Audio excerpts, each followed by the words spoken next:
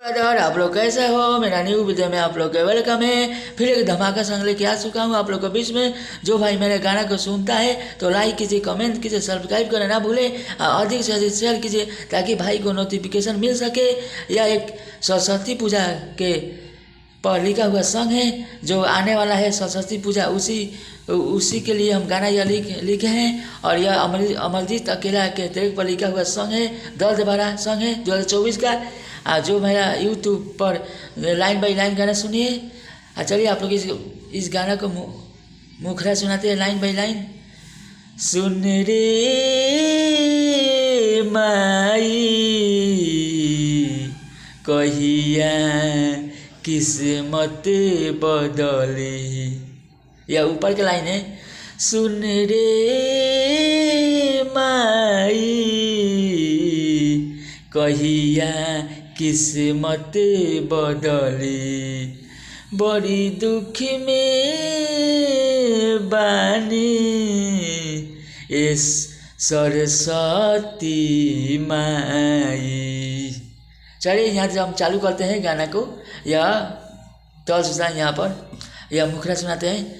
कबले हमरो समय आई सरस्वती माई, कबले हमरो, यहाँ दो बार गाना है। कबले हमरो समय आई सरस्वती माई, रौरायास में रखले बानी एक दिन समय आई, बड़ी दुख में जिया तानी माई समय कब आई, बड़ी दुख में जिया तानी माई समय कब हमारे आई। यहाँ दो बार गाना है। बड़ी दुख में जिया तानी माई समय कब हमारे आई, बड़ी दुख में जिया तानी माई समय कब ले हमारे आई। चलिए अंतर सुनाते हैं। अंतर आप लोग को मजा लगे तो लाइक कीजिए, कमेंट कीजिए, सब्सक्राइब करना भूले, अधिक से शेयर कीजिए ताकि भाई को नोटिफिकेशन मिल सके। यह एक दर्द वाला सॉन्ग लिखा हुआ सॉन्ग है।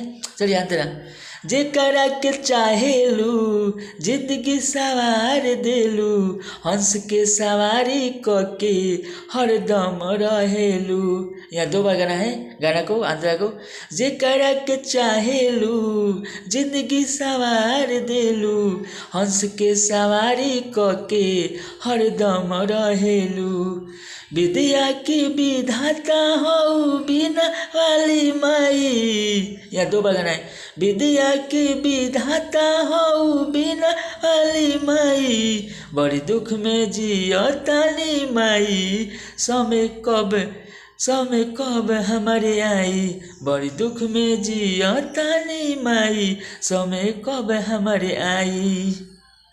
चलिए आंध्रा तू सुनाते हैं। आंध्रा तू आप लोग को मस्त लगे तो लाइक कीजिए, कमेंट कीजिए, सब्सक्राइब करना भूले, अधिक से शेयर कीजिए ताकि भाई को नोटिफिकेशन मिल सके। जो भाई मेरे गाना को सुनता है तो आप लोग फ्री में गाना गा सकते हो। चलिए आंध्रा तू सुनाते हैं आप लोग का।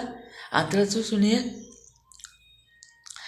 सांस में आवो माई सांस बदल द, बबलू बिजोड़ के किस्मत बदल द। यहाँ दो बार गाना है। सांस में आवो माई सांस बदल द, बबलू बिजोड़ के किस्मत बदल द, चरण छू के मांगो तानी गरीबी कब जाई। यहाँ दो बार गाना है। चरण छू के मांगो तानी गरीबी कब जाई, बड़ी दुख में जिया तानी माई समय कब हमारे आई, बड़ी दुख में जिया तानी माई समय कब हमारे आई। चलिए अगला वीडियो में आप लोग का वेलकम रहेगा। फिर एक धमाका सॉन्ग लेके आऊँगा। और यह गाना सरस्वती पूजा के तरीके पर लिखा हुआ सॉन्ग है।